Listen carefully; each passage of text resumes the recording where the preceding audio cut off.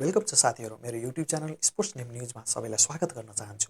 आज हामी के टपिक लिएर आएको छौँ भने जनकपुर बुल्सको जर्सी जुन रिभिल भएको छ त्यसको बारेमा कुरा गर्न गइरहेछु साथीहरू। सबै त्योभन्दा पहिला म के भन्न चाहन्छु भने जनकपुर बुल्सले चाहिँ पूजा महतो जुन अन्डर 19 भर्खरै जितेर आएको छ र पहिलोचोटि जुन क्वालिफाई भएको छ नेपाल वर्ल्ड कपमा अन्डर 19मा त्यसको क्याप्टेन जुन हुनुहुन्थ्यो त्यो लिडिङ गर्नुभएको थियो पूजा महतो, उसलाई चाहिँ फेस अफ द बोल्ट्स भनेर राखेको छ। निकै नै म यसलाई निकै नै सराहनीय भन्छु, गुड वर्क भन्छु। यसरी प्रोत्साहन हुन्छ, यङ ट्यालेन्टहरू अझ राम्रो गर्छ, अझ नयाँ के भन्छ छोरी चेलीहरू जुन आउने बाटो अझ खुल्छ। यो राम्रो सोच म भन्छु जनकपुरले यो चाहिँ निकै नै राम्रो गरेको हो कि आफ्नै प्रोडक्ट आफ्नै छोरी चेलीलाई यसरी फेस अफ गरेर निकै नै राम्रो गरे भन्छु। यो एकदम एकदम एकदम राम्रो गर्यो साथीहरू। अब हामी कुरा गरौँ आज जुन यो जनकपुर बुल्सले जुन यो भेस्ट रिभिल गरेको छ होइन, त्यसको बारेमा चाहिँ हामी कुरा गर्न गइरहेछौँ साथीहरू। आज जनकपुर बुल्सले जनकपुरमै पुरै भव्य प्रोग्राम गरेर जुन आफ्नो भेस्ट रिभिल गरेछ त्यसको बारेमा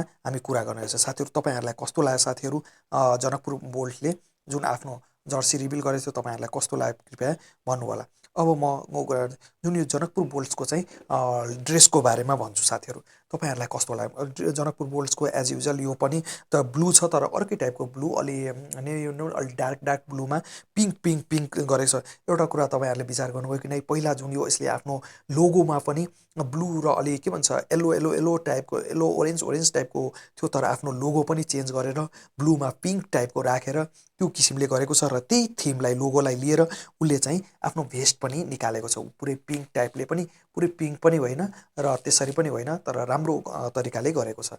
पिङ्क ब्लू छ होइन, अनि यस्तोहरूमा के भन्छ जेड गरेर टाइपले पिङ्क छ, यता पनि पिङ्क छ, कलरमा पनि पिङ्क छ होइन, त्यो किसिमले निकालेको छ एज अ भेस्ट। यसो हेर्दा आज सबै उहरू गरेर गरेको थियो साथीहरू। त्यो किसिमले भेस्ट आज पुरै राखेर होइन, सबै खेलाडीहरूलाई राखेर आज रिभिल गरेको छ। राम्रो लाग्यो, ठिकै छ। एउटै किसिमको ब्लू मात्र भएन, यसो पिङ्क पनि जोडेर राखेको छ एक किसिमले, ठिकै छ होइन। राम्रो छ साथीहरू, राम्रै लाग्यो। त्यो अलि युनिकपन चाहिँ अलि छ। हुन त भन्नेलाई त्यही भने ब्लू नै छ, यो पनि त ब्लू नै छ, तर केही डिफ्रेन्स त छ। जस्तै अलिक देखिने गरी पिङ्क त छ होइन, अझ पिङ्क त छ नि देखिने। जस्तै मैले हेरेछु कर्णालीको उसको केही छैन, सिम्पल ब्लू छ। यसो साइड एउटाले जस्तै लुम्बिनी लायन्सले खालि लायन छ, अब उस कर्णाली याक्सको साइडमा याक्स गर्दैछ भन्नु, त्यो किसिमले भन्दा पनि केही डिफ्रेन्स छ। जस्तै यस्तोहरूमा पिङ्क रङ ल्याएको छ होइन, पिङ्क ल्याएको छ, अलिक डिफ्रेन्ट छ, राम्रो छ साथीहरू। मलाई त्यस्तो नराम्रो होइन, मलाई राम्रो लागेको छ।